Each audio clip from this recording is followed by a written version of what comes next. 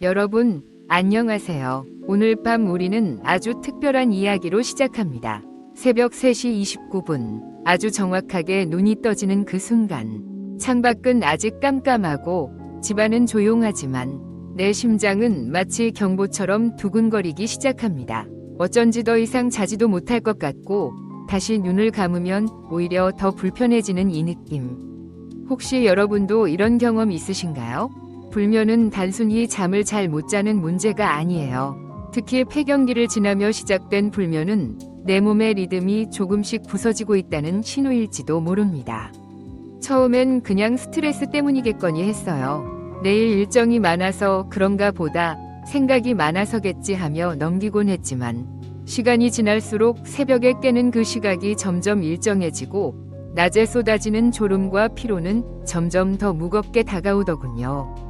이제는 밤이 무섭기까지 해요. 오늘도 못 자면 어떡하지? 하는 불안감이 잠자리에 드는 것조차 힘들게 만들어요. 그리고 그렇게 뒤척이다 보면 다시 새벽, 다시 깨어남. 마치 내 몸이 고장난 시계처럼 일정한 시각에 알람을 울리는 거죠. 웃긴 건 이걸 다른 사람에게 말하면 잘 이해하지 못한다는 거예요. 잠이 안 오면 책이라도 읽지 그래? 라고 말하지만 그건 정말 이 상태를 겪어보지 않아서 그런 거죠. 눈은 감았는데 머리는 계속 켜져 있는 기분. 뇌에서 쉴 틈 없이 신호를 쏘아대는 것처럼요. 폐경기 불면증은 단순한 수면 문제 이상의 것을 내포하고 있어요. 심지어 어떤 날은 깨어나서 한참을 거실을 서성이기도 했어요. TV를 틀기도 하고 냉장고 앞에 멍하니 서서 찬 공기를 느끼기도 했죠. 그러다 문득 거울을 봤는데 낯선 얼굴이 비치는 거예요. 내가 아닌 것 같은 지친 얼굴. 그걸 보는 순간, 뭔가 바뀌고 있다는 걸 느꼈습니다. 나이가 들며 몸의 시스템이 달라진다는 건 알고 있었어요. 하지만 이렇게 깊은 방식으로, 이렇게 구체적인 패턴으로 삶에 침투해 올 줄은 몰랐죠. 피곤한데도 잠들 수 없는 이 상태는 마치 수면이라는 자연스러운 권리를 박탈당한 느낌이에요. 그리고 가장 슬픈 건 이게 단지 나이 탓으로 치부된다는 거죠. 요즘 연구들을 보면 폐경기 여성의 약 40%에서 60%가 수면 장애를 겪는다고 해요. 그 중에서도 새벽에 반복적으로 깨어나는 현상은 매우 전형적인 증상 중 하나라고 하죠. 심지어 영국에서는 여성 참가자들의 평균 기상 시각이 새벽 3시 29분이라는 연구도 있었답니다. 흥미롭죠? 우연이 아닌 패턴이라는 사실이 우리를 위로할 수도 있을 거예요. 왜냐하면 이건 내 탓이 아니라 내 몸의 변화에서 비롯된 자연스러운 일이니까요. 하지만 그렇다고 해서 이 상태에 순응해야 하는 건 아니에요. 나 역시 그렇게 생각하지 않아요. 우리가 마주하고 있는 이 불면의 밤은 몸이 보내는 정직한 신호일 뿐이니까요. 우리가 조금만 귀를 기울이면 그 신호를 통해 다시 리듬을 되찾을 수도 있어요. 완전히 릴렉스하기 전에 이 영상이 유익하거나 편안하셨다면 좋아요와 구독으로 응원해주세요. 정말 그럴 가치가 있다고 느끼신다면요. 그리고 댓글로 지금 어디서 보고 계신지, 현재 몇 시인지 알려주시면 감사하겠습니다. 전 세계 다양한 시청자분들과 소통하는 게 정말 기쁨이거든요. 그럼 조명을 끄고 선풍기 소리에 귀를 기울이며 오늘 밤의 여정을 함께 시작해 봅시다. 우리는 보통 하루의 리듬, 즉 아침에 일어나고 밤에 잠드는 이 자연스러운 흐름을 당연하게 여겨왔죠. 하지만 그 리듬이 조금씩 어긋나기 시작하면 몸은 예고 없이 흔들리기 시작해요. 폐경기에 접어든 이후 내가 가장 크게 느꼈던 변화는 바로 수면의 시계가 점점 망가져 간다는 것이었어요. 젊었을 땐 밤이 되면 자동으로 졸음이 오고 침대에 누우면 얼마 안 가 스르륵 잠들곤 했죠. 그런데 지금은 아무리 피곤해도 뇌가 깨어 있어요. 그건 마치 신호를 보내야 할 시계가 멈춘 것 같은 기분이에요. 내 안의 시간이 고장난 거죠. 의학적으로 말하자면 폐경기에 들어서면 여성 호르몬인 에스트로겐과 프로게스테론이 급격히 줄어들면서 이 두 호르몬이 조율해주던 체온 조절과 생체 리듬이 함께 영향을 받게 돼요. 특히 밤이 되면 분비되어야 할 멜라토닌의 생성도 줄어들어요. 이 멜라토닌은 우리가 잠이 오는 주된 이유 중 하나인데 이게 줄어들면 아무리 피곤해도 쉽게 잠들지 못하죠. 더불어 체온 조절도 큰 문제예요. 우리 몸은 잠들기 전에 체온이 살짝 내려가야 깊은 잠에 들 수 있는데 폐경기에는 이 체온 조절이 잘 안 돼요. 갑자기 얼굴이 화끈 달아오르거나 몸이 열이 나는 느낌, 땀이 나는 증상들이 그 증거예요. 마치 사우나 안에서 잠들려는 느낌이랄까요? 한밤중에 덥고 불쾌해서 깨어나는 경험 해보신 적 있죠? 이건 단순한 체감의 문제가 아니라 실제로 자율신경계가 교란되는 상태예요. 이 신경계는 몸의 온도, 심박수, 소화 등을 조절하는데 호르몬 변화는 이 시스템 전체를 불안정하게 만들어요. 그래서 잠이 들었다 해도 금세 깨고 다시 잠들기도 어려운 거죠. 제가 이 사실을 처음 알게 된 건 어느 늦은 밤, 불면에 지쳐 인터넷을 뒤지다가 발견한 수면 생리학 논문 덕분이었어요. 수면의 압력이라는 개념이 나오더군요. 이건 쉽게 말해 깨어있는 시간이 길수록 몸에 쌓이는 수면 욕구를 말하는데요. 폐경기에는 이 수면 압력이 제대로 쌓이지도 않고 쌓여도 쉽게 해소되지 않는 상태가 되는 거예요. 마치 목이 마른데 물이 눈앞에 있지만 마실 수 없는 상황 같달까요. 그리고 무엇보다 중요한 건 이 모든 변화가 내 몸 안에서 아주 조용히 하지만 분명하게 진행된다는 거예요. 아무리 건강 관리를 잘해도 아무리 마음을 다잡아도 생리적 변화는 막을 수 없어요. 하지만 반대로 이 과정을 이해하기만 해도 조금은 덜 무섭고 덜 외로워질 수 있어요. 처음엔 나만 그런 줄 알았지만 주변 친구들과 대화를 나눠보니 의외로 많은 이들이 같은 시기에 같은 경험을 하고 있었어요. 어떤 친구는 밤마다 발을 물에 담근다 하고 어떤 친구는 멜라토닌 보조제를 복용하기 시작했다더군요. 그걸 보며 알았어요. 우리가 다 같이 이 잠의 시계 문제를 겪고 있구나 하고요. 사람마다 방식은 다르겠지만 그 시계는 완전히 멈춘 것이 아니라 단지 시간이 어긋난 것일지도 몰라요. 다시 조율할 수 있다는 거죠. 다만 그 시작은 우리 몸 안에서 무슨 일이 일어나는지를 인정하고 이해하는 것부터예요. 수면의 리듬이 망가졌다고 해서 우리의 삶이 끝나는 건 아니니까요. 조금 돌아가더라도 다시 맞춰갈 수 있어요. 깊은 밤, 몸을 뒤척이다 보면 어느 순간 갑작스럽게 얼굴이 달아오르기 시작해요. 마치 누군가 내 얼굴에 드라이어를 들이댄 것처럼 땀방울이 이마에 맺히고 등줄기까지 식은땀이 흘러내리죠. 이불은 어느새 젖어 있고 시원한 바람이 간절해지는 순간 다시 잠들기는커녕 더 깨어 있어야만 할 것 같은 불쾌감이 밀려옵니다. 이런 밤 경험해 보셨나요? 이 증상의 이름은 혈관운동 증상 2예요. 특히 폐경기 여성에게 아주 흔한 이 증상은 체온 조절을 담당하는 시상하부의 민감성이 높아지면서 생기죠. 에스트로겐이 줄어들면 이 시상하부가 아주 작은 체온 변화에도 과민하게 반응하게 돼요. 마치 예전보다 훨씬 더 예민해진 온도 센서처럼요. 그래서 체온이 약간만 올라도 뇌는 위험이라 판단하고 강제로 체온을 낮추려 해요. 그 반응으로 바로 안면, 홍조와 식은땀이 생기는 거예요. 이는 결국 자율신경계를 자극하고 결과적으로 깊은 수면 단계에 들어가는 것을 방해하게 되죠. 실제로 밤에 잠들었다가 화끈거리는 얼굴 때문에 깨게 되는 여성들이 적지 않아요. 어떤 날은 한밤중에 3번, 4번까지도 이 증상으로 깨어났어요. 나중엔 심장이 갑자기 빨리 뛰거나 불쑥불쑥 불안감이 몰려오기도 했죠. 단지 땀을 흘린다는 감각을 넘어서서 몸 전체가 뒤흔들리는 느낌. 그건 결코 작은 일이 아니에요. 제가 진료하던 환자 중 한 분은 이런 증상 때문에 하루에 4번 침대를 갈아야 했다고 했어요. 등까지 젖은 잠옷을 갈아입고 다시 눕는 일이 반복되다 보니 아예 소파에서 자는 습관이 생겼다더군요. 남편과의 수면 공간도 나뉘었고요. 이런 변화는 단지 물리적인 수면 문제에 그치지 않아요. 정서적 거리감과 자존감의 저하로 이어지기 쉬워요. 결국 몸과 마음이 모두 지쳐버리게 되는 거죠.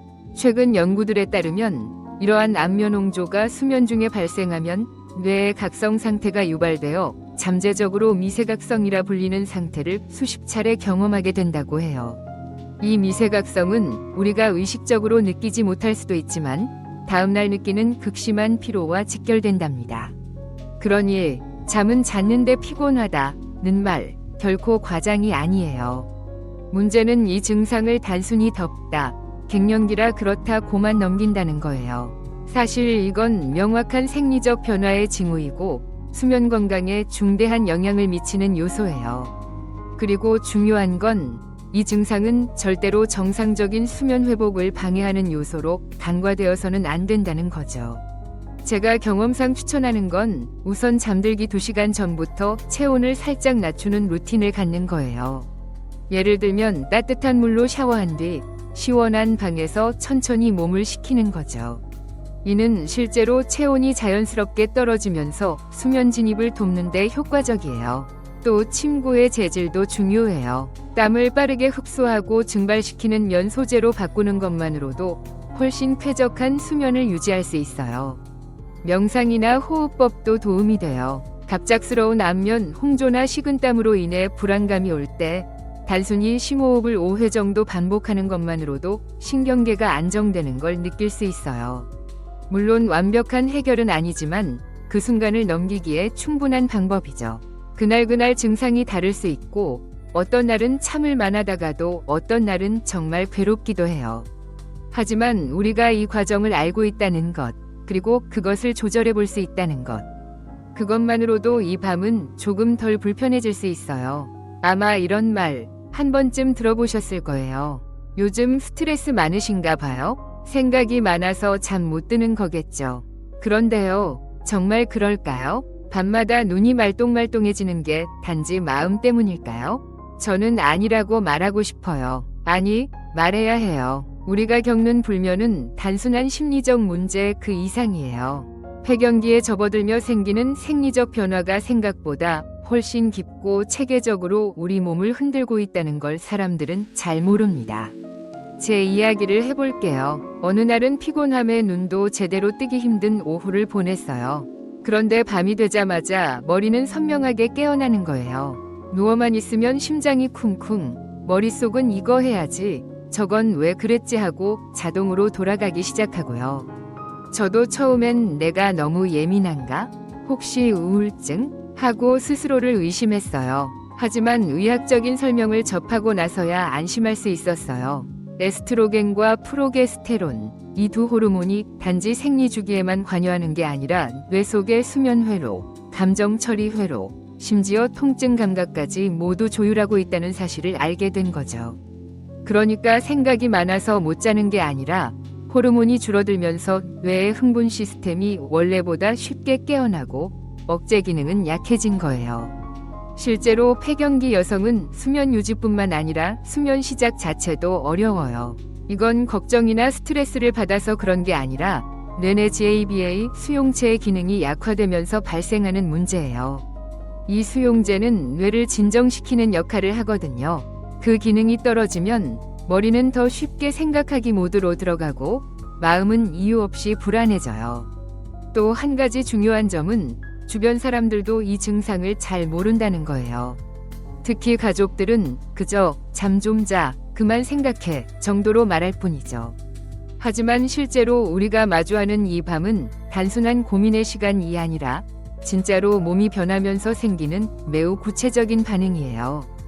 사실 이런 말을 들을 때마다 마음이 참 아파요. 마치 내가 스스로를 통제하지 못하는 사람처럼 느껴지거든요. 그런데 우리 자신에게도 그렇게 말하지 말아요. 내가 너무 약해졌다는 자책은 이 밤을 더 깊게 만드는 독이 될 수 있어요. 제가 겪은 또 하나의 장면이 있어요. 한밤중에 잠을 못 이루고 창밖을 내다보는데 마침 같은 아파트 건물 맞은편에서도 불이 켜져 있는 창이 보였어요. 갑자기 눈물이 났어요. 나만이 아니라는 생각에, 그리고 그렇게 누군가도 깨어있다는 사실이 위로처럼 느껴졌거든요. 우리가 이 불면이라는 긴 밤을 함께 걷고 있다는 것, 그건 분명 큰 힘이 됩니다. 요즘 의사들도 단지 수면제 처방보다 이 호르몬 변화와 뇌 화학 물질의 변화를 이해하고 맞춤형 접근을 시도하려는 방향으로 가고 있어요. 저도 제 환자들에게 항상 말해요. 생각이 많아서 못 자는 게 아니에요. 몸이, 뇌가 지금 다시 조율 중인 거예요. 이 말을 오늘 여러분께도 전하고 싶어요. 잠이 오지 않아 불안한 밤, 스스로를 탓하지 말고 조용히 내 몸을 안아주세요. 괜찮아요. 당신 잘못이 아니에요. 우리는 단지 다시 잠드는 방법을 배우는 중일 뿐이니까요. 마치 퍼즐 한 조각이 빠져 있는 것처럼 나는 모든 걸 다 했는데도 여전히 밤이 되면 잠이 오지 않았어요. 병원에서는 호르몬 이야기, 약 이야기, 명상 이야기까지 들었지만 내가 놓치고 있던 건 바로 먹는 것이었더군요. 식사, 그 단순한 행위 하나가 이렇게까지 내 몸의 리듬에 영향을 줄 줄은 정말 몰랐어요. 우리는 보통 먹는 걸 에너지 보충 정도로만 생각하죠. 하지만 폐경기 이후의 식단은 단순한 영양 섭취를 넘어서 수면과 직결되는 생화학적 반응에 깊이 연관되어 있어요. 특히 저는 마그네슘이라는 아주 중요한 미네랄에 주목하게 되었죠. 마그네슘은 뇌를 진정시키는 역할을 해요. 신경 전달 물질인 GABA의 기능을 도와서 뇌의 흥분 상태를 억제해 주거든요. 그런데 현대인의 식단에서는 이 마그네슘이 부족한 경우가 많아요. 제가 바꾼 첫 번째는 간식이었어요. 예전에는 밤에 입이 심심하면 과자나 빵을 먹었는데 지금은 호박씨나 아몬드 몇 알 혹은 시금치를 데쳐서 먹어요. 처음엔 심심한 맛에 불만이 많았지만 몇 주 지나니 밤에 덜 뒤척인다는 느낌이 들기 시작했어요. 작지만 확실한 변화였죠. 그리고 두 번째는 저 GI 식단을 시도한 거였어요. GI는 글리세믹 인덱스의 약자로 혈당을 얼마나 빠르게 올리는지를 나타내는 지표예요. 폐경기에는 인슐린 저항성이 높아지기 때문에 혈당이 들쑥날쑥하면 수면 리듬에도 영향을 주게 돼요. 특히 혈당이 급격히 올라갔다가 떨어질 때 우리 몸은 아드레날린을 분비해서 각성 상태를 유도할 수 있어요. 바로 새벽에 덜컥 눈이 떠지는 이유 중 하나죠. 저 GI 식단은 현미, 귀리, 콩류, 채소 중심의 식사예요. 단순히 살 안 찌는 식단이 아니라 우리 몸의 내분비 시스템을 안정시키는 방식이에요. 특히 저녁 식사는 가볍고 따뜻한 수프나 삶은 채소로 구성했을 때 수면의 질이 훨씬 좋아졌어요. 속이 편안해지니까 심장 박동도 잔잔해지고 몸이 점점 가라앉는 느낌이랄까요? 또 하나 추천하고 싶은 건 트립토판이 풍부한 식품이에요. 이건 세로토닌과 멜라토닌의 전구 물질인데 칠면조 고기나 우유, 두부, 바나나에 많이 들어있어요. 특히 따뜻한 바나나 우유 한 잔은 그냥 기분이 좋아지는 효과가 있어서 잠자기 전 루틴으로 안성맞춤이에요. 그런데 식단을 바꾼다고 단번에 달라지진 않아요. 처음에는 이게 무슨 효과가 있겠어? 싶었죠. 하지만 우리 몸은 꾸준한 자극에 반응해요. 마치 고요한 호수에 잔잔한 파문이 퍼지듯 일정한 리듬으로 식사를 하고 영양소를 보충해주니 점차 내 몸의 생체 시계도 그에 맞춰지는 걸 느꼈어요. 그리고 놀랍게도 아침이 다르게 느껴졌어요. 전에 없던 상쾌함이 있었고 덜 피곤했어요. 이것은 약이 아닌 자연의 속도로 회복된 결과였어요. 너무 늦지도 빠르지도 않게 내 몸이 내게 맞춰진 거죠. 어느 날 한 환자분이 저에게 이런 말을 하셨어요. 선생님, 전엔 그냥 뭐든 잘 챙겨 먹기만 하면 되는 줄 알았어요. 그런데 이젠 그게 잠이랑 연결된다는 걸 느껴요. 저는 그분의 그 한마디에 깊이 공감했어요. 먹는 것, 단순해 보이지만 우리가 매일 선택할 수 있는 가장 강력한 수면의 도구예요. 밤마다 약 대신 따뜻한 수프 한 그릇, 식물성 단백질 한 접시, 마그네슘이 풍부한 견과류 몇 알. 이 작은 변화들이 모여 우리를 다시 잠들게 만들어줄지도 몰라요. 그리고 그건 충분히 아름다운 회복의 시작이 될 수 있답니다. 사실 저는 한때 수면제를 복용했었어요. 의사임에도 불구하고요. 자다가 계속 깨니까 낮에는 진료 중에도 집중이 잘 안 되고 심장이 두근거리는 순간들이 많았죠. 결국 어느 날 나도 모르게 손이 약을 향했어요. 그런데 자고 일어나면 너무 무거운 기분이 드는 거예요. 잤다기보다는 그냥 잠들었었다는 느낌. 내 수면이 약에 의해 끌려간 것 같은 그런 감각이었어요. 그래서 다시 처음부터 시작해보기로 했어요. 약 없이 내 몸이 자연스럽게 다시 잠들 수 있는 방법을 찾아 나선 거죠. 처음에는 아주 사소한 것부터 바꿨어요. 침대는 잠자는 용도로만 쓰기, 누워서 스마트폰 금지, 낮잠은 20분 이하로. 그리고 무엇보다 중요한 건 같은 시간에 일어나기였어요. 잠드는 시간보다 더 중요한 게 기상 시간이라는 걸 여러분 알고 계셨나요? 이 원칙은 인지행동 치료, 즉 CBTI의 핵심이기도 해요. CBTI는 불면증을 위한 비약물 치료 중 가장 효과가 입증된 방법이에요. 생각보다 단순한 규칙들이지만 이걸 지키는 게 쉽지 않죠. 하지만 제가 느낀 건 하나예요. 꾸준함이 결국 나를 회복시킨다는 것. 그리고 저는 한 가지 루틴을 만들었어요. 잠들기 1시간 전부터는 모든 밝은 불을 끄고 조도가 낮은 조명 아래서 스트레칭을 시작했어요. TV나 뉴스 대신 차분한 음악을 틀고 라벤더 향을 방 안에 살짝 퍼지게 했죠. 그리고 따뜻한 물로 발을 씻어요. 이 간단한 동작이 몸에 이제 잘 준비하라는 신호를 보내주는 거예요. 그 외에도 생각보다 도움이 되었던 건 침이었어요. 고전적인 한방요법 같지만 실제로 일부 연구에서는 폐경기 여성의 수면질 개선에 침 치료가 긍정적인 영향을 준다고 했어요. 특히 손목 아래 내간혈, 발끝 용천혈 같은 부위에 자극을 주면 자율신경이 안정되는 데 도움을 주죠. 저는 매주 한 번씩 침 치료를 병행하며 확실히 마음이 가라앉는 느낌을 받았어요. 명상과 호흡도 빠질 수 없어요. 요즘은 유튜브에도 무료 수면 명상 음원이 많이 올라와 있죠. 처음엔 익숙하지 않더라도 10분만 따라하면 뇌파가 점점 느려지는 걸 체감할 수 있어요. 중요한 건 잘하려 하지 않는 것이에요. 그냥 흘러가듯 조용히 내 호흡에만 집중하면 돼요. 그리고 이 말 꼭 드리고 싶어요. 비약물적 접근은 즉각적인 효과는 없어요. 어떤 날은 성공하고 어떤 날은 또 뒤척이게 돼요. 그럴 땐 자책하지 마세요. 회복은 직선이 아니라 물결처럼 오르락내리락 하니까요. 약 없이 잠들기란 우리 몸이 다시 스스로를 신뢰하게 만드는 시간이기도 해요. 이 방법들은 약만큼 강력하지 않을지도 몰라요. 하지만 이건 내 몸이 기억하는 방식이에요.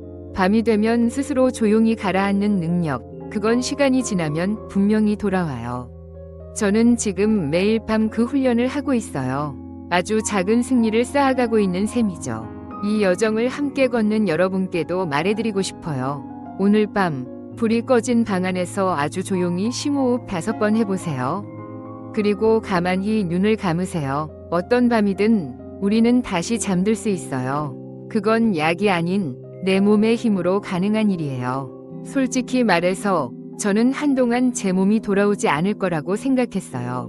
매일 밤 무너지는 수면에 점점 쪼그라드는 집중력, 늘어가는 짜증과 피로감.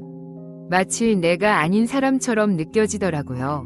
병원에서는 항상 다른 사람을 치료하는 입장이었는데 정작 내 몸 하나 제대로 돌보지 못하고 있다는 무력감이 참 컸어요. 그런데 어느 날 아침 햇살이 창문을 비추는 순간 문득 깨달았어요. 아, 내가 다시 잠들었다. 아주 오랜만에 새벽에 깨지 않고 한 번에 아침까지 잔 거예요. 얼마나 소소하지만 위대한 기쁨이었는지 몰라요. 이건 단지 잠을 잔 게 아니라 제 몸이 다시 기능을 회복하고 있다는 증거였어요. 사람들은 수면을 당연하게 여겨요. 하지만 한번 망가져보면 그것이 얼마나 정교하고 복잡한 시스템 위에 작동하는지 절실히 느끼게 돼요. 특히 폐경기에는 이 시스템이 흔들리는 시기이고 우리에겐 그 변화에 적응하고 회복해갈 권리가 있어요. 제가 이 회복의 첫걸음을 내딛게 된 건 이 상태는 자연스러운 생리적 변화다라는 사실을 받아들였을 때였어요. 불면을 적으로 여기기보다 내 몸이 다시 조율되는 과정이라고 이해하게 되자 훨씬 덜 초조해졌어요. 그리고 그 순간부터 회복이 시작됐던 것 같아요. 물론 완전히 예전처럼 되진 않았어요. 아직도 가끔 새벽에 깨요. 하지만 그건 예전처럼 절망적인 순간이 아니에요. 이젠 알거든요. 다시 잠들 수 있다는 걸. 숨을 천천히 쉬고 이불 속에서 몸을 조금 웅크리면 다시 스르륵 잠에 빠질 수 있다는 거요. 또 한 가지, 이 여정에서 가장 소중했던 건 포기하지 않는 마음이었어요. 불면은 단순한 증상이 아니라 내 몸 전체가 보내는 신호였고 나는 그 신호를 해석하려고 노력했어요. 때로는 식단으로, 때로는 명상으로, 때로는 조용한 산책 한 번으로도요. 그렇게 작은 선택들이 쌓여 지금의 이 평온한 밤을 만들었어요. 지금 이 순간 이 영상을 보고 계신 분 중 누군가는 어쩌면 방금 새벽 3시를 넘겼을지도 몰라요. 침대에서 몇 번이나 뒤척이고 마음속에 온갖 생각이 돌아다니는 밤. 그럴 땐 부디 자신을 탓하지 마세요. 당신의 잘못이 아니라는 것, 그리고 이 상태는 고칠 수 있다는 걸 기억하세요. 다시 잠드는 건 결코 불가능한 일이 아니에요. 그건 아주 작고 부드러운 루틴에서 시작돼요. 따뜻한 물 한 잔, 몸을 감싸는 포근한 담요, 한 번의 심호흡. 그리고 무엇보다도 자신을 향한 따뜻한 말 한마디가 필요해요. 괜찮아. 너 잘하고 있어. 몸이 지쳐버리는 밤은 끝날 수 있어요. 아주 천천히, 그리고 확실하게. 우리는 다시 온전한 수면을 맞이할 수 있어요. 우리는 모두 밤이라는 조용한 시간 안에서 서로 다른 이유로 깨어 있어요. 폐경기로 인해 찾아오는 불면은 단순한 수면의 문제가 아니라 내 몸과 마음이 동시에 흔들리는 복합적인 변화의 일부예요. 새벽 3시 29분, 어느 날처럼 정확히 눈이 떠지는 순간부터 깊은 잠을 방해하는 안면 홍조와 식은땀, 생각이 멈추지 않는 뇌의 활동까지. 그 모든 것이 한데 얽혀있는 시간이죠. 하지만 이 불면의 밤에도 회복은 가능해요. 우리의 몸은 여전히 신호를 보내고 있고 우리는 그 신호를 읽을 수 있어요. 수면의 시계를 다시 맞추는 과정은 작은 습관에서 시작돼요. 마그네슘이 풍부한 견과류 몇 알, GI 지수가 낮은 따뜻한 식사, 일정한 기상 시간, 그리고 밤마다 조용히 꺼내드는 명상이나 침 치료까지. 이 모든 것들이 다시 잠드는 연습이 되어줍니다. 가장 중요한 건 이 과정을 서두르지 않는 거예요.